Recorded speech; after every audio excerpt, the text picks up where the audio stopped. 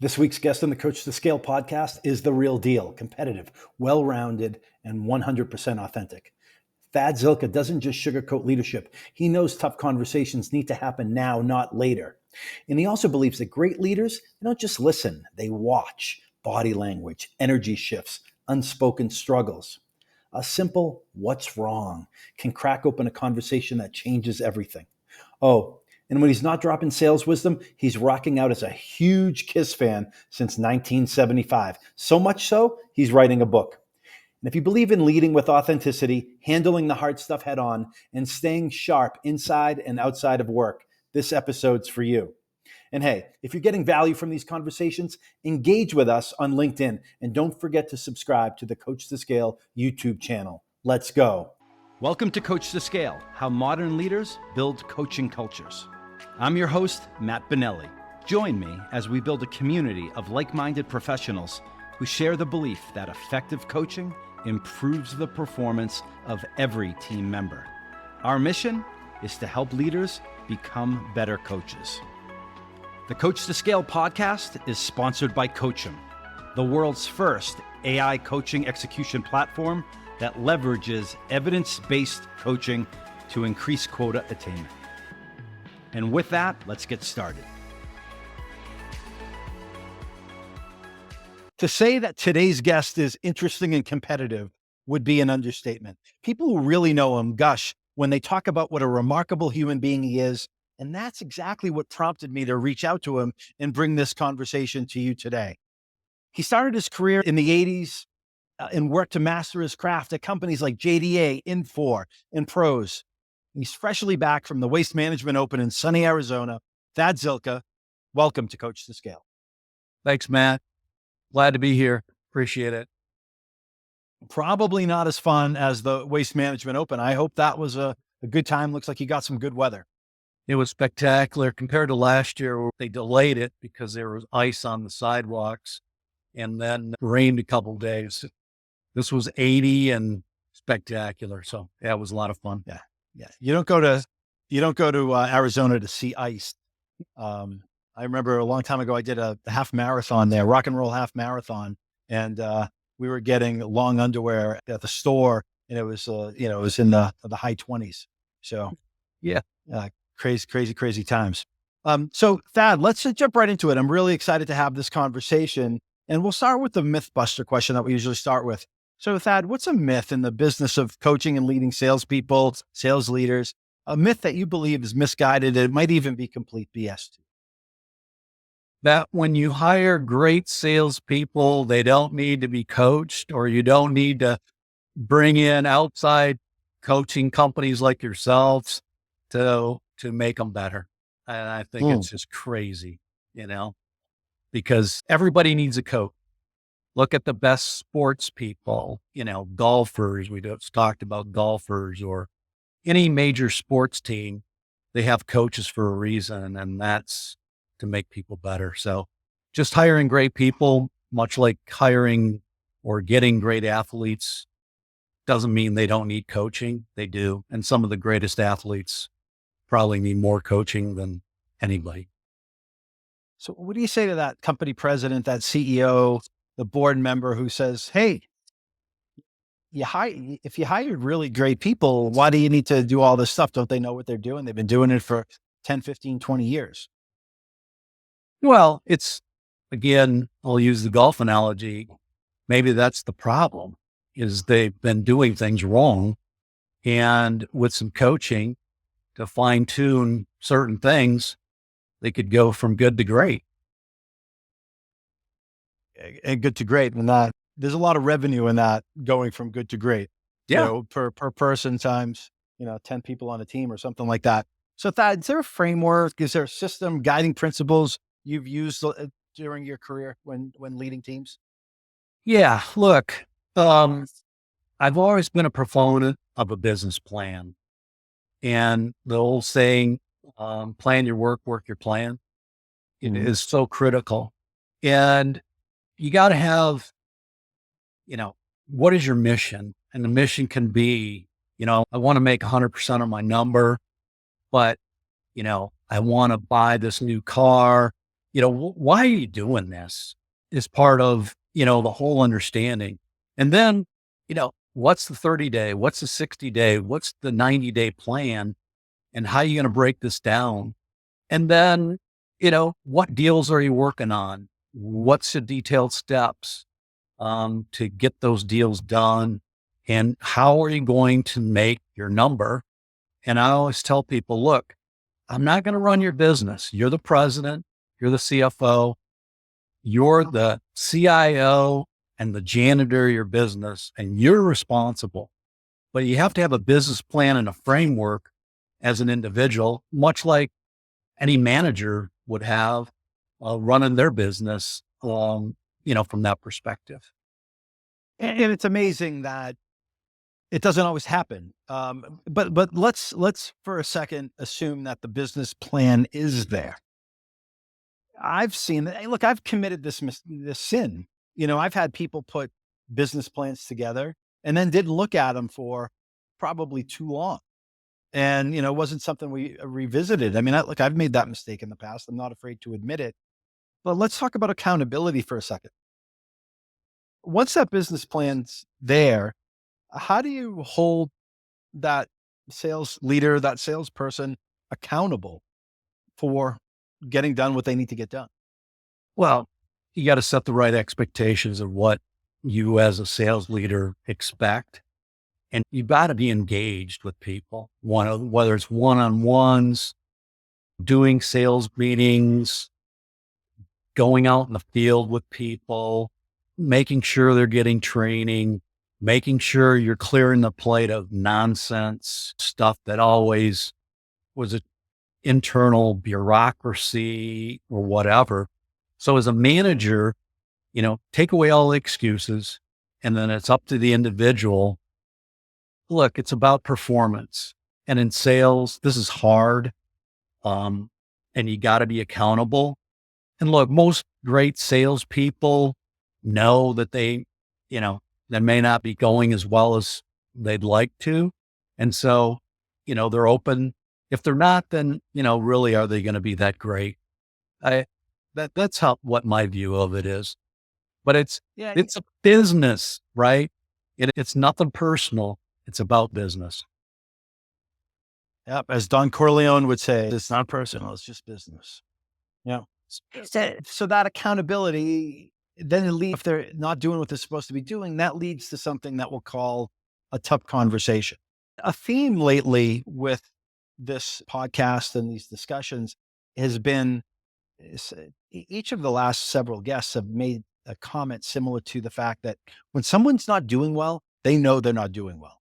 It's not a surprise. If you're my manager, you don't come to me and say, Matt, I noticed that you're struggling. And I'm like, oh, wow, really? Everybody knows, right? Yeah. But yet Self-awareness. sometimes, yeah, it's self-awareness, but sometimes it's the elephant in the room, and that conversation needs to be had. We'll call it a tough conversation. How do you, as a leader, prepare for that tough conversation that you have to have with that employee who you like, who you might be friends with, that's just not getting it done? Yeah. First, you got to gather the facts. Maybe people sometimes don't share everything with you. And maybe you got to triangulate from different directions. Maybe it's a pre-sales person or somebody else they've confided in. Because a lot of times, look, people don't want to share personal stuff or because they think it's going to make them seem less. Okay. I think as you get older, you realize that stop hiding stuff, put it on the table, and you just have to have front on conversations. A lot of times it's stuff that could be at home, sick kid, sick parent, sick grandparent. People have different motivations and maybe this something in their marriage or whatever. A coach, a mentor, a sales leader, hopefully you've seen this stuff ahead of time and can get people to help disclose it as you go along. If not, it's got to be a tough conversation. Quite frankly, maybe it's in their career. They're just not into it anymore and they need to do something else. And you talked about self-awareness earlier. How important is self-awareness or emotional intelligence when it comes to having these difficult conversations on both sides? Well, it's key because if you don't have self-awareness in yourself, how are you going to run a sales cycle and understand and empathize with the customer or prospect that you're dealing with? How are you going to actively listen? How are you going to manage your emotions? Because a lot of you cannot, some of the craziest things is watching body language of people, and I've learned a lot. You can't hide emotion. You can't hide that you're down. You just can't hide it. So if you're not self-aware or you're not getting stuff fixed professionally, personally, you can't transmit or create relationships strong to run your sales cycle, right? Hmm. Selling is selling internally, sometimes more than externally. And if you aren't all there and self-aware, or if you're projecting weakness or problems or whatever, you're not going to sell internally at your optimal, and you're not going to deal with customers to win deals. They'll Hmm. see right through it. Well, I love the question that it's a coaching question in my mind. It's a very simple one. It's what's wrong? And, like, what's wrong? And you might have to ask that same question 3 times. Yeah, yeah, yeah. Tad, what's wrong? Yeah, Well, yeah. there's I get it. who's Get the it. famous But what's person? wrong? What's the question behind the question? QBQ. Yeah. What's the question behind the question? Yeah. People are, you know what? Some people are ashamed of the things around them or whatever. But again, a great leader, um, one way or another needs to flush it out, whether it's directly or indirectly with other teammates or whatever to help somebody. And then you got to face whatever you do. And I've always done this. You got to hit things head on. People are ashamed of things that are going on, in their business or in their life. And they think it's my sense is that they think, or we think we're the only one it's happening to. But the way good leaders are often described is, you feel like you can talk to them. Someone will say, I don't know, he or she's like, I, I just feel like I can open up to them.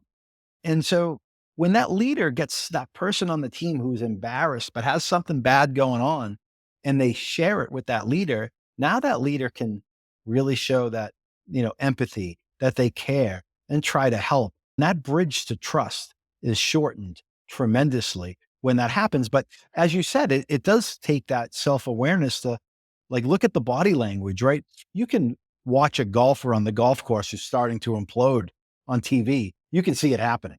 Right, you can, Like Scott on 15 the other day when he put it in the water and took his club and smashed it over his golf bag.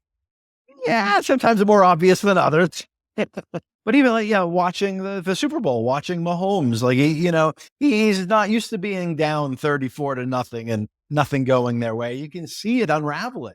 Um, He and tried to hide it, but it was evident of day. yeah, that's for sure. But I think we can probably, on a smaller scale, observe that just by observing our people and just paying attention. As Yogi Berra said, you can observe a lot just by watching. It goes with customers. So, great salespeople can read people. Um, and, you know, when you're selling, it's a personal sale, whether it's $1 It's a million or 50,000, the bigger it is, the more people. And back to the, you've got to have that. You can learn it. Some people have it as a gift. you brought up, selling is personal. So it's a good segue to the topic of AI. Everybody's talking about it these days. A bunch of companies coming at it and try to help salespeople coming at it from a different angle. How do you view AI in sales? Obstacles or opportunities? Both. I think from an opportunity perspective, understanding a business problem, doing discovery. And now with these AI tools, it's about verification. And then also creating, you know, great documents and things like that. That's the plus side. The negative side is people will use it as a crutch, um, and they'll take the personal touch away. And robots aren't personal yet, and AI is not personal. Now, you can teach it to write like yourself, but do not let AI take the personal touch out of AI. Otherwise, just everything's on autopilot, blah, blah, blah, because sales is still, understanding your customer needs, but AI can help you maybe find and discover things you may not know just because it Yeah. can go through so much data quicker, faster, do an analysis, do a return on investment, and maybe come up with some ideas that are new and different so that you can go to a CEO, president, sales leader of that company and say, hey, have you thought about doing it this way? Because guess what? Your competition is doing X, Y, and Z. Because Yeah. as sales leaders and salespeople, we got to bring new and innovative things because again, people can't see the forest, the old saying. People get inside if you're a CEO of a company, a lot of times, they can't see the forest for the trees. So the sales leaders have got to break through that. And AI gives the people the ability of finding information and delivering it in new and innovative ways. You talked about not taking the personal touch out of it.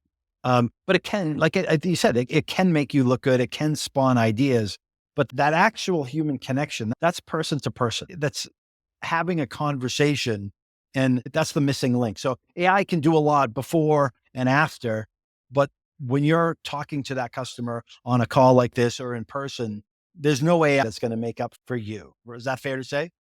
Yeah, absolutely.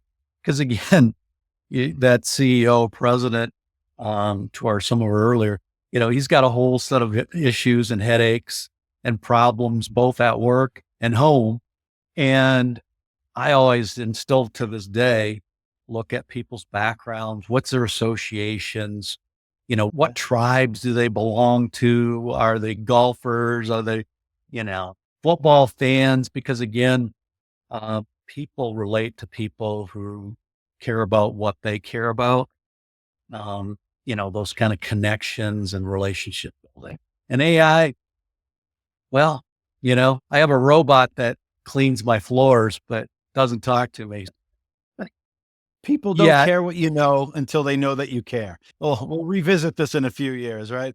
Sure. Um, so that I remember the original conversation that we had, and toward the end of it, we were talking about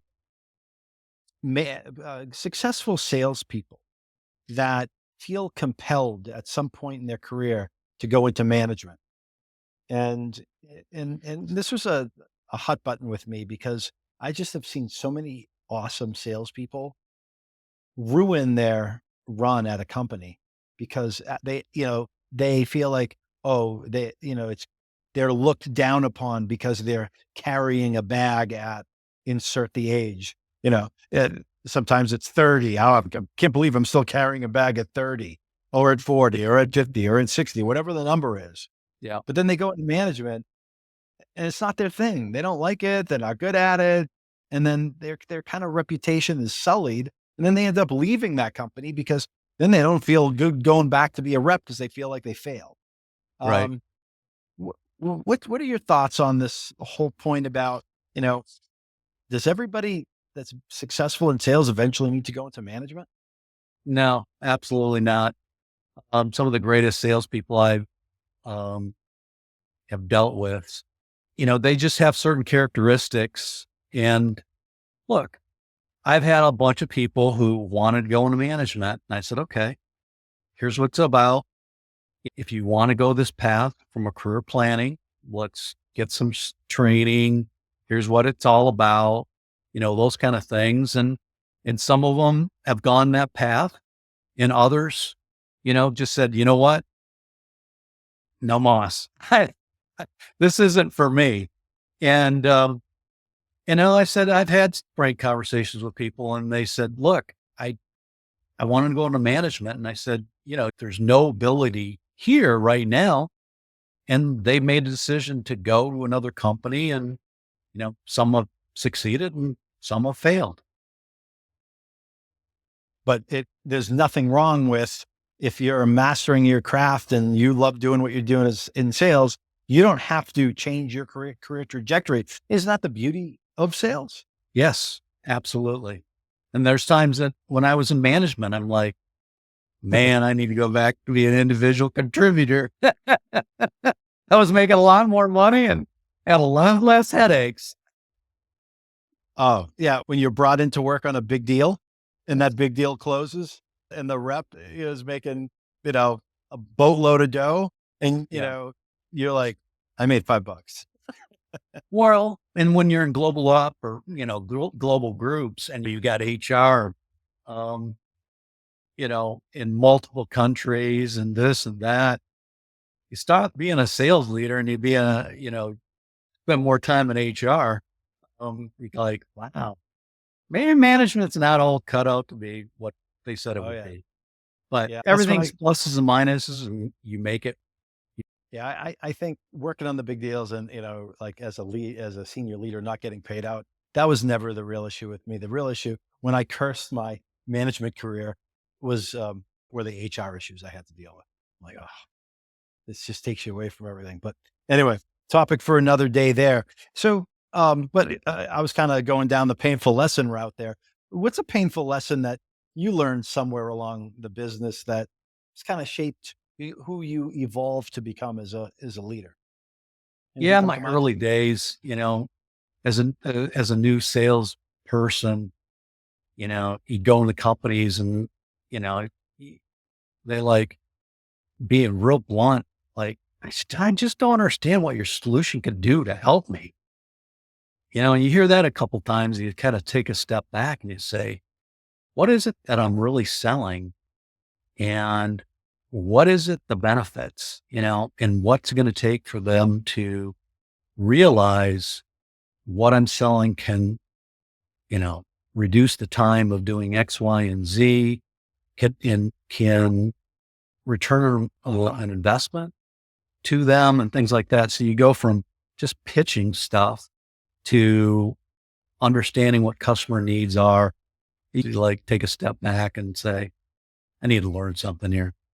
That's probably the biggest thing. And that the most helpful thing. And that once you start to think about it that way and look at it through that lens, can't you better spot the time sucks, like the areas where, based on what we're talking about, you can't help them and really try to end that, kind of disqualify it on your own, save yourself some time. What do you think? Yeah, absolutely. Your solution, the round, square peg in a round hole. I can't chase every deal. And that's the art and the science of this business. Because there's only a certain amount of resource, a certain amount of time.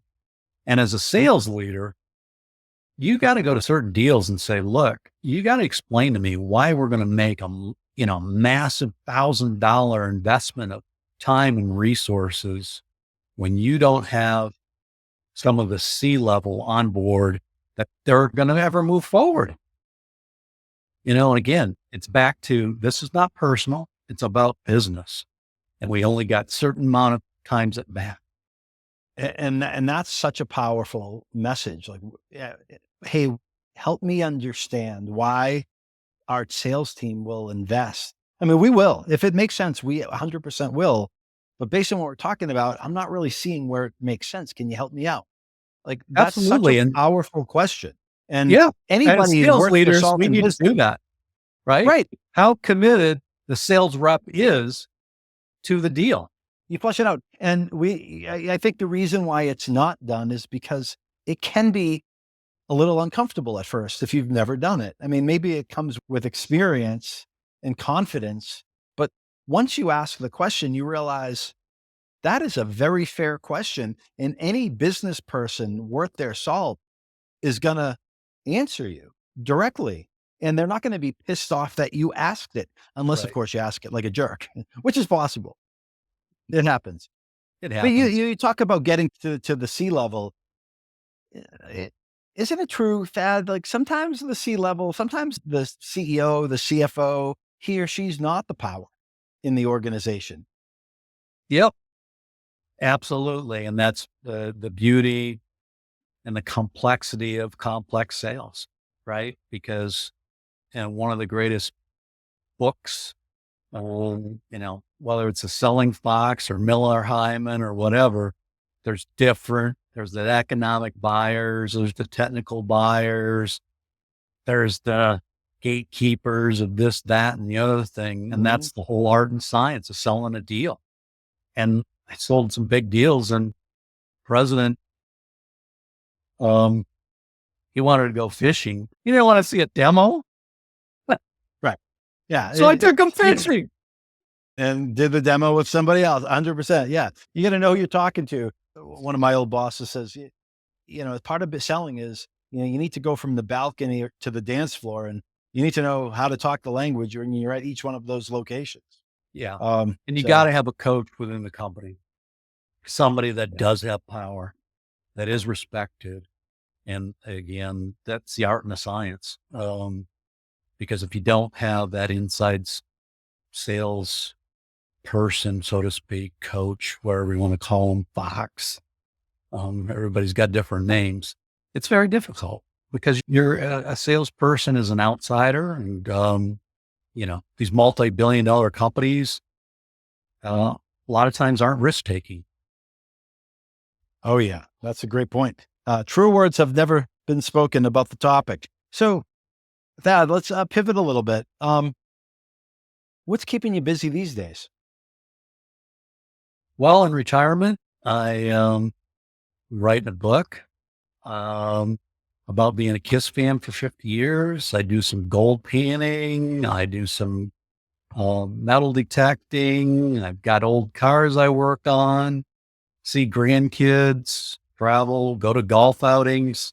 I'm busy. I need to get a job. Exactly. Well, there's a lot of cool stuff there. So you're in Colorado, so you're trying to find the gold that's still there, right? Especially at, what is it, 2,200 an ounce right now or something like that. I think it's Almost 3,000. Is it? And I actually think I keep track of it. It's oh my gosh. Yeah. 29, 2950, something like that, close to 3,000. It took decades to break 2,000, but kind of figured we thought that would happen. Once it broke two, it goes to more than that. I follow a guy, awesome follow on the topic of gold and precious metals. His name's Rick Rule. And he says, I don't buy gold for, hoping it'll go from 2,000 to 3,000. I buy gold in fear that what's going on in the world might send it to 10,000. He's a good guy, really down to earth. I've met him a couple of times. He's really good. Have you met him? Like to chat with you about that. I find him very, very interesting to follow. All right. So back to the book. You're writing a book about being a KISS fan for 50 years. Elaborate on that a little bit. Maybe give the audience a little bit of look behind the curtain about KISS that the average fan would know. Well, I in 1977, I'm dating myself in high school. I got 3 other guys, and we did an impersonation of KISS.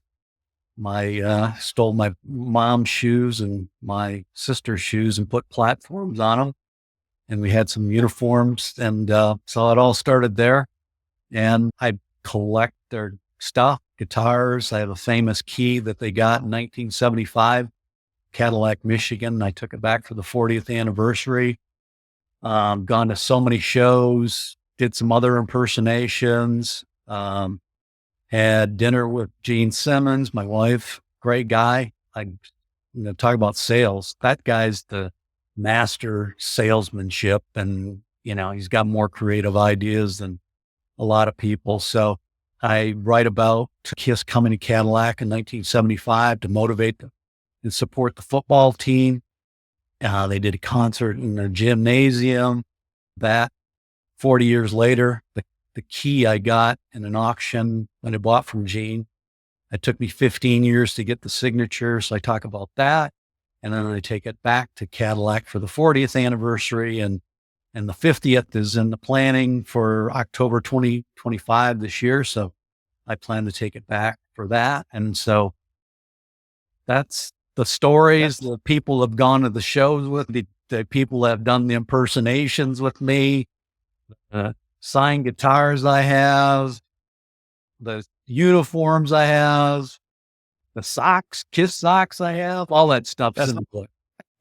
And Lynn, that's awesome. And I don't know about you, but when I was building and leading teams and hiring, I don't know if it's just because I was interested or I really saw that, I'd like to say it was a strategy, but I think it was more just selfish interest at the time and it evolved into a strategy.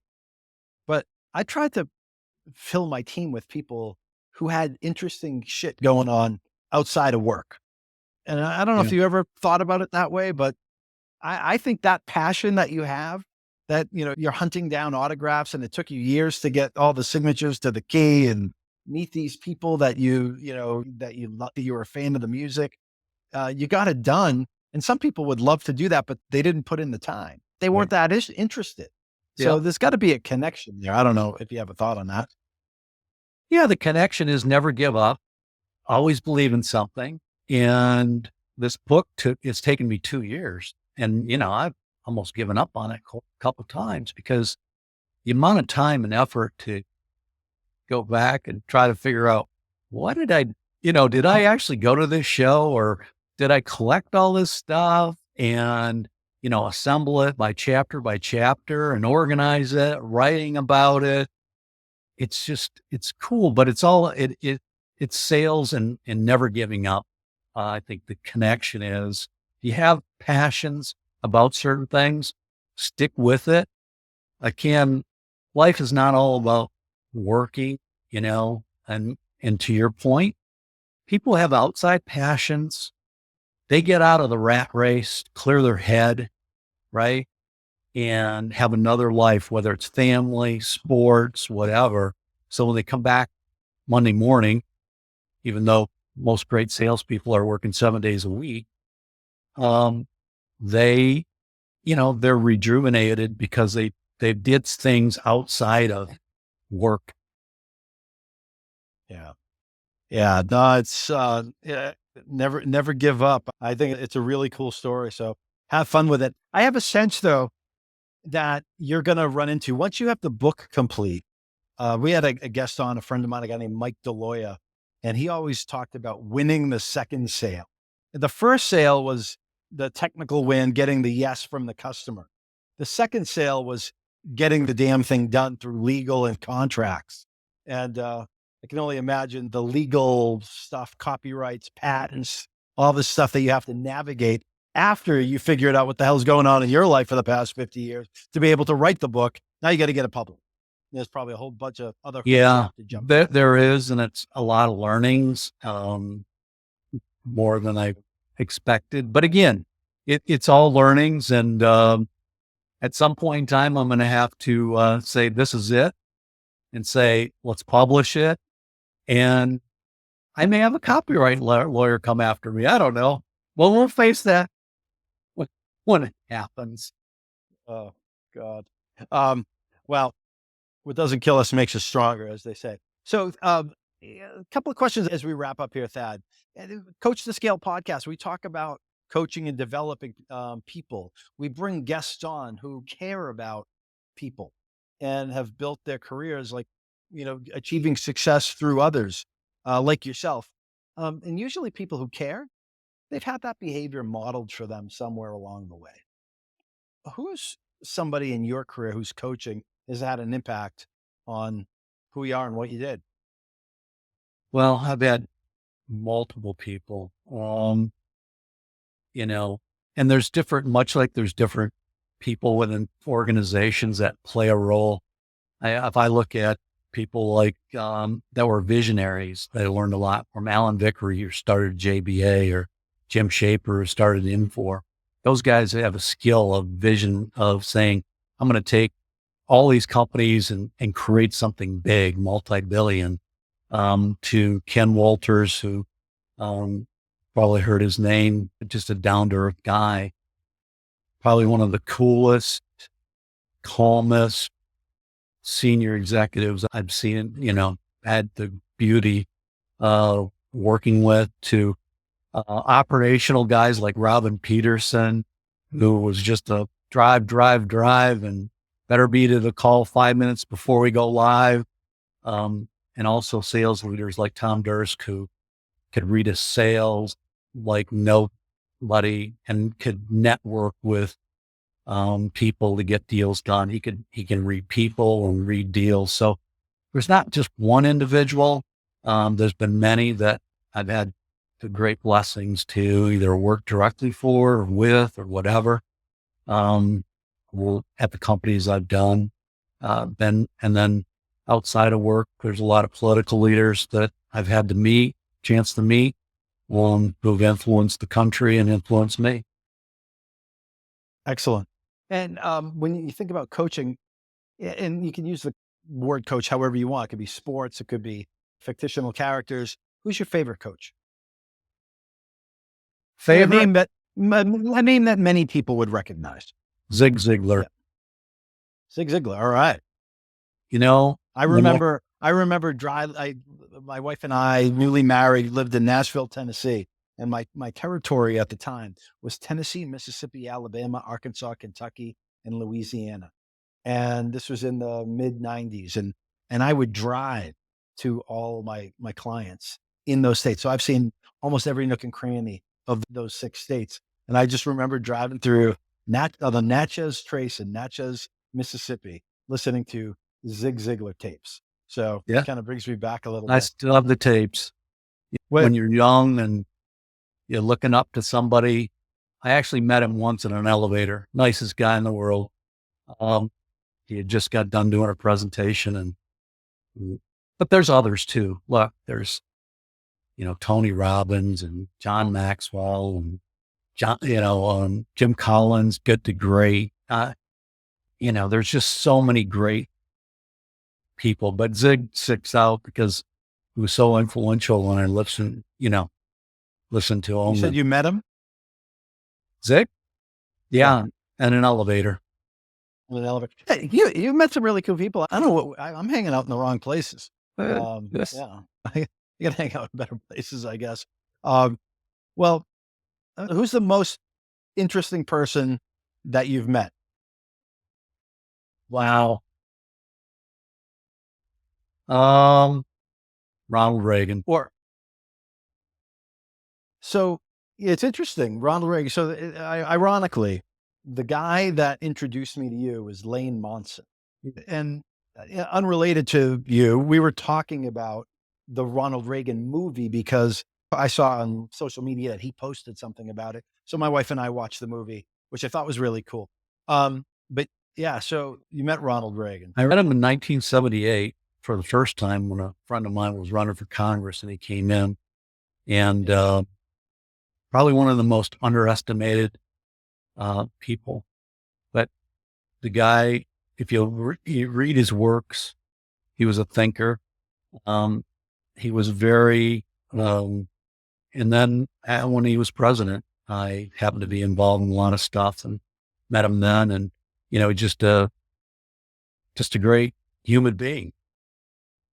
Yeah. Well, the coolest part of that movie, I thought, was when after he got shot and he woke up in the hospital and there was a person sitting in the chair, and that person was Thomas Tip O'Neill, the Democrat Speaker of the House. So kind of billed as the enemy at the time. And they kind of joked about, how, they don't always agree with each other between 9 and 5 or 9 and 6, but after 6, they have cocktails and they're friends. And I think, we could benefit from some more bringing stuff together these days, but we'll leave it at that. That sounds really cool. Thad, why don't we leave it there? We talked about never giving up and meeting the people that you want to meet, whether they're the C-level client execs or Ronald Reagan or Gene Simmons or Zig Ziglar. We talked about the importance of accountability. We talked about success, sales is a noble profession.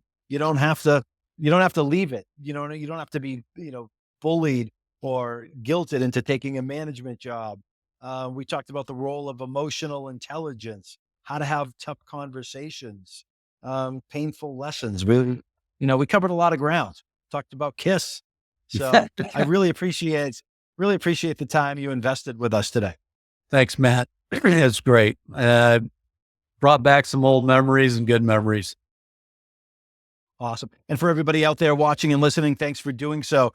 Please engage on social media. Let us know you're out there. Let us know what you like. Let us know what you don't like. Let us know what you'd like to see more of and hear more of. We want to bring content and guests to you that help you do what you do, make that hard job just a little bit easier. So thanks again for listening. Thanks, Fad. And until next time, coach them if you want to keep them.